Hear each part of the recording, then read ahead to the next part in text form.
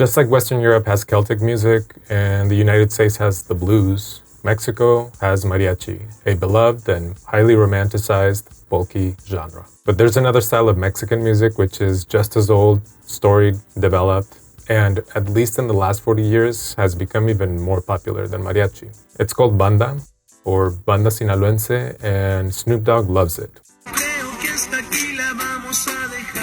Yet, far from being granted the prestige that mariachi has been enjoying for decades, many people consider banda to be lowbrow, boorish, and even vulgar. El género que más odio, la música banda. Como si me hicieras así en los huevos, así. Why? As always, we have theories.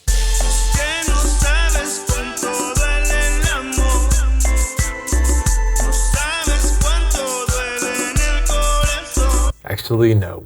We don't have theories. But Elena Simone, the author of Banda, Musical Life Across Borders, has all the theories you could possibly need on Banda Sinaloense. In case you're not familiar, Banda was developed in the northern state of Sinaloa in the late 1800s, and it primarily uses wind, brass, and percussion. It was inspired by military bands, specifically the ones who traveled on ships that anchored on the port of Mazatlan.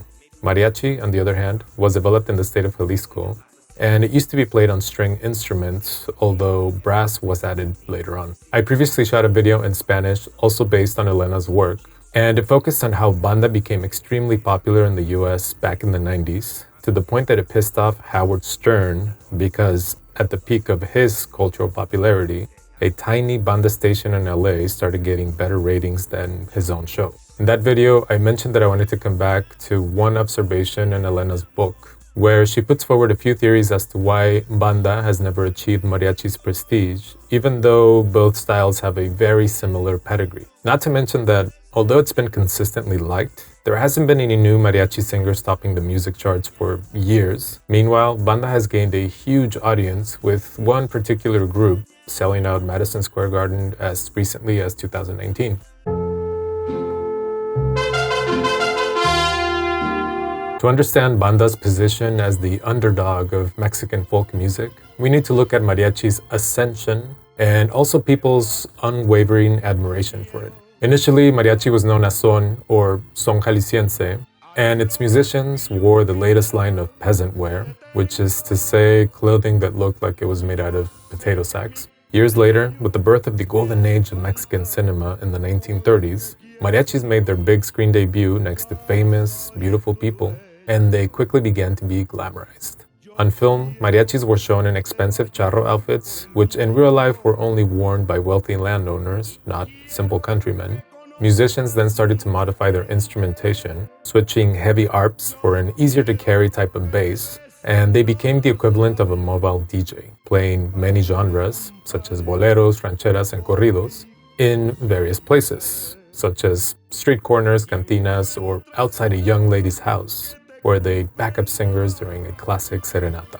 Thanks to the portrayal in those classic films, mariachi's romanticization has endured until today, which is why many Mexicans continue to book them for baptisms, quinceañeras, weddings, and even funerals. Even Bellas Artes, the most prestigious music venue in Mexico City, which normally shuns popular music in favor of fancy orchestras, makes exceptions for the likes of El Mariachi Vargas de Tecalitlan, one of the oldest mariachi groups in Mexico. So what was banda doing while its cousin mariachi was off getting rich and famous? Well, banda was doing its thing, but back in its neighborhood, which was far.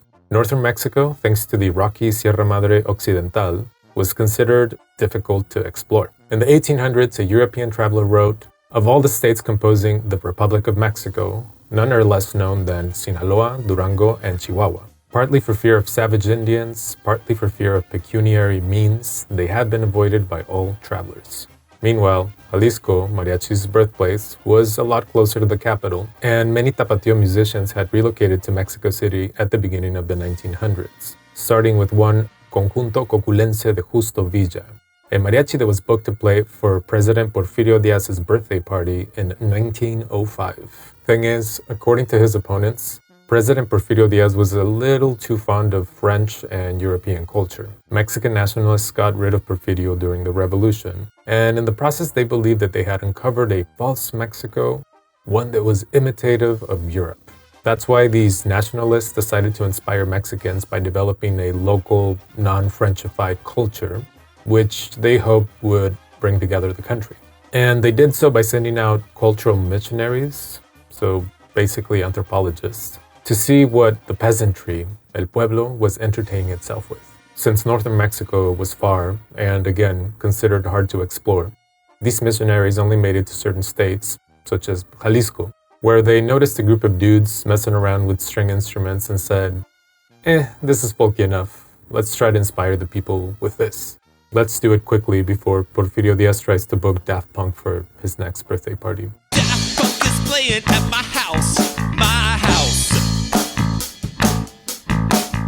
Sadly, being ignored by the influencers of the capital was just one of Banda's problems. It still had to overcome two other issues before becoming one of Mexico's most popular, but overlooked, styles of music. Banda's rise involves a creative record producer, modern technology, a dance craze, bitter Banda rivalries between other musicians, and the fact that mariachi hasn't evolved in a meaningful way for a very long time. I'm going to get to all of that in the second part of this video. For now, follow the Americano on social media for more content. Ciao.